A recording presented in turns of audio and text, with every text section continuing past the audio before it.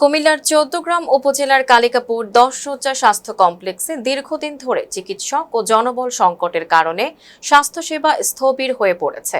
১৯৫৯ সালে প্রতিষ্ঠিত এই স্বাস্থ্য কমপ্লেক্সে গড়ে প্রতিদিন ৬০ থেকে ৭০ জন রোগী চিকিৎসা সেবা নিতে এলেও প্রয়োজনীয় চিকিৎসক না থাকায় কাঙ্ক্ষিত সেবা থেকে বঞ্চিত হচ্ছেন তারা। স্বাস্থ্য কমপ্লেক্স সূত্রে জানা যায়, বর্তমানে ১৪গ্রাম উপজেলা উপসহকারী মেডিকেল অফিসার ও কালিকাপুর স্বাস্থ্য কমপ্লেক্সের অতিরিক্ত দায়িত্বপ্রাপ্ত উপসহকারী মেডিকেল অফিসার শাহাদাত হোসেন প্রায় ২ সপ্তাহ ধরে চিকিৎসা সেবা কার্যক্রম পরিচালনা করছেন। আমি মোহাম্মদ শাহাদাত হোসেন, উপসহকারী মেডিকেল অফিসার।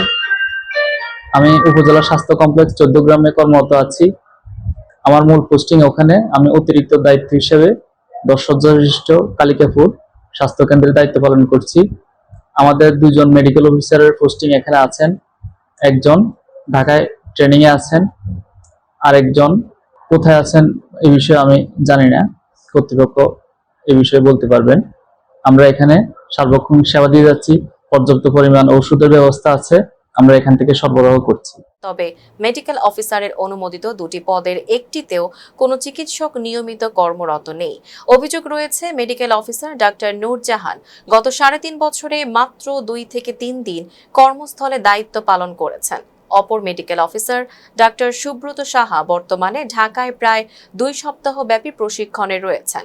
নার্সের ৪টি অনুমোদিত পদের মধ্যে বর্তমানে দায়িত্ব পালন করছেন মাত্র একজন, রাবেয়া আক্তার। তিনি ২০১৮ সাল থেকে এখানে কর্মরত। ওয়ার্ড বয়ের ২টি পদের মধ্যে বিল্লাল হোসেন কর্মরত থাকলেও লতা রানীকে দীর্ঘদিন কর্মস্থলে পাওয়া যাচ্ছে না বলে জানা গেছে। কর্তৃপক্ষ একাধিকবার যোগাযোগের চেষ্টা করেও তার সাড়া পায়নি। আসসালামু আলাইকুম ওয়া রাহমাতুল্লাহ। আমি মোহাম্মদ আব্দুল হালিম, অফিস সহায়ক হিসেবে এখানে কর্মরত আছি প্রায় ১৪ বছর মধ্যে। এখানে আসলে আমাদের যে ১০ শয্যা হাসপাতালের খুব জটিল অবস্থা। আসলে এখানে যে হাসপাতালের কেবিনগুলো আছে বা ওয়ার্ডগুলো আছে, এখানে ব্যবহার অনুযোগী। দ্বিতীয়ত হলো আমাদের এখানে পিছনে ডক্টর কোয়ার্টার আছেন, জটিল অবস্থা আছে।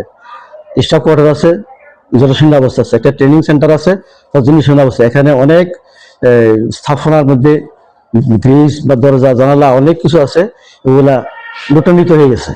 তো আমরা আপনাদের মাধ্যমে আকুল আবেদন জানাচ্ছি যে এখানে যদি হাসপাতাল, ট্রেনিং সেন্টার এগুলা পুনরায় নির্মিত করা হয়, পুনরায় সার্ভিস দেওয়া হয়, এই যে অত্র এলাকার তথা ইউনিয়ন অত্র এলাকার লোকজন চিকিৎসা সেবা হয়ে উন্নত হব, এই আশা ব্যক্ত করি আমি। আসসালামু আলাইকুম ওয়া রাহমাতুল্লাহ। এছাড়া পরিচ্ছন্নতা কর্মীর ৩টি পদের মধ্যে বর্তমানে দায়িত্ব পালন করছেন সালমা নামে মাত্র একজন। বাকি 2টি পদ দীর্ঘদিন ধরেই শূন্য রয়েছে। জনবল সংকটের পাশাপাশি ভর্তি রোগী না থাকায় স্বাস্থ্য কমপ্লেক্সের ওয়ার্ডে থাকা বিভিন্ন চিকিৎসা সরঞ্জাম দীর্ঘদিন অব্যবহৃত অবস্থায় পড়ে রয়েছে। প্রয়োজনীয় রক্ষণাবেক্ষণের অভাবে কোটি টাকার এসব সরঞ্জাম নষ্ট হওয়ার আশঙ্কা তৈরি হয়েছে বলে জানিয়েছেন সংশ্লিষ্টরা। স্বাস্থ্য কমপ্লেক্সের পরিবার কল্যাণ পরিদর্শিকা মোসাম্মদ নাসরিন আক্তার বলেন, তারা স্বাভাবিক প্রসব করাতে সক্ষম, কিন্তু প্রয়োজনীয় ডেলিভারি সরঞ্জাম ও পর্যাপ্ত গাইনি বিভাগের সুবিধা না থাকায় এ সেবা তারা দিতে পারছেন না।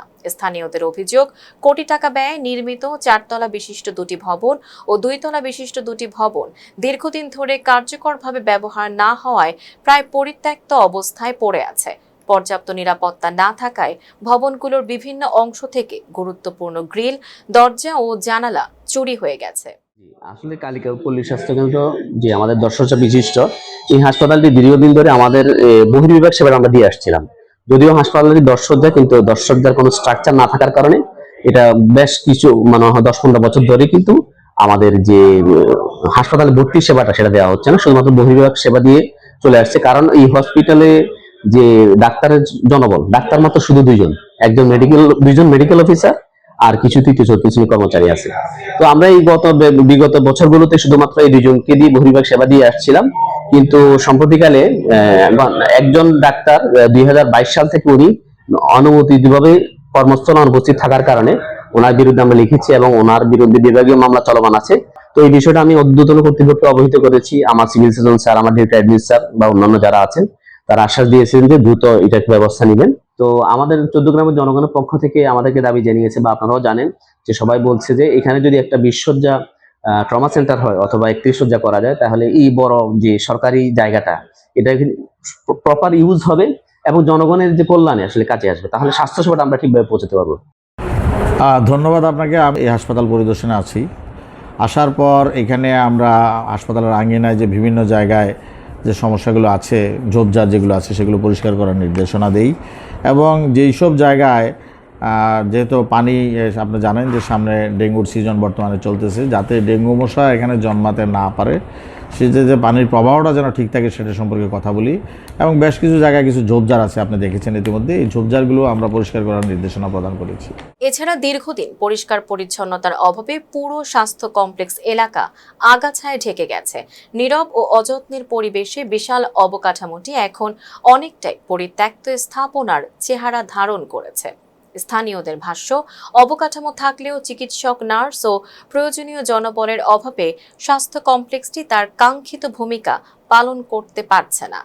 এখানে আসার পরে ভালোই করতেছি, ওষুধপত্র মনে করছে সব দিক দিয়ে সব সেবাটা ভালোই চলে।